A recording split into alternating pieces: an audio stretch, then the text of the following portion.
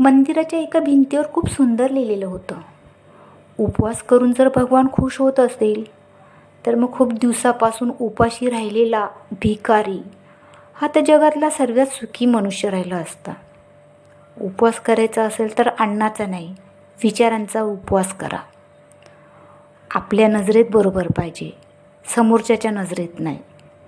माणसांचं काय, ते तर देवावर पण नाराज राहता.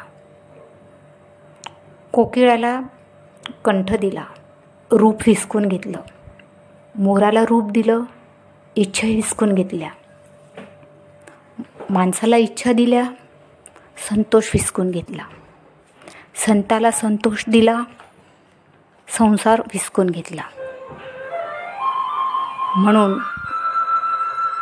माणसाने गर्व कधीच नाही करायला पाहिजे.